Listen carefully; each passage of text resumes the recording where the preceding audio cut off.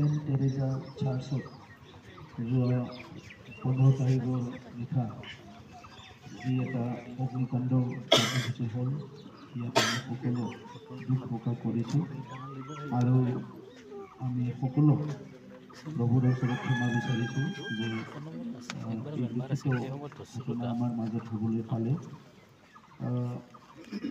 মই আপোনালোকক বিশেষকৈ আমাৰ বাইদেউসকলে অলপমান দুখ পাইছে বা দুখত অলপমান কষ্ট পাইছে।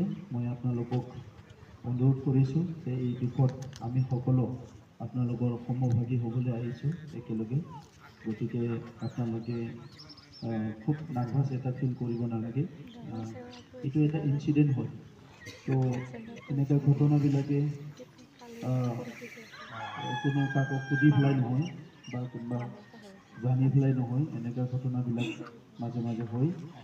তো যিয়ে নহওক, আজি ইয়াত আমাৰ লগত উপস্থিত আছে আমাৰ MCLA স্থানীয় সঞ্জয় চৌধুৰী ডাঙৰীয়া, আমাৰ তামোলপুৰৰ প্ৰাক্তন বিধায়ক চণ্ডী বসুমতাৰী ডাঙৰীয়া, লগতে আমাৰ SP মহোদয় আহি পাইছে, লগতে আমাৰ হৰিচন মুছাহাৰী ডাঙৰীয়া আছে, দৈমাৰী ডাঙৰীয়া আছে, এডভাইজাৰ অল বড়ো খ্ৰীষ্টান কাউন্সিল, লগতে আমাৰ পুষ্পদা আছে, তেখেতৰ প্ৰেচিডেণ্ট ওদালগুৰিৰ, আৰু আমাৰ ফাদাৰ আজি ইয়াত উপস্থিত আছে এমব্ৰজ মুছাহাৰী, আৰু উপস্থিত আমাৰ সকলো সন্মানীয় ব্যক্তিসকল, দাদাসকল, বাইদেউসকল, ভাইটিসকল, ভনীসকল, আমাৰ ইয়াত আৰু পুলিচ বিষয়াসকলো উপস্থিত আছে।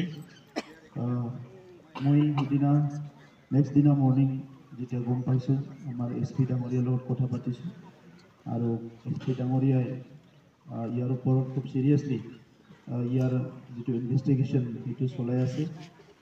যেতিয়া কিবা এটা ঘটনা হয়, আমাৰ তাত বহুত বেছি সন্দেহ হয় আৰু আলোচনাও হয়, কিন্তু পিছত গৈ পেলাই এটা কিবা এটা ইয়াৰ ফেক্টটো যিটো ঘটনা সেইটো অলপ লেটলি হ'লেও ইয়াত ওলাই যায়, এইটো কি আছিলে।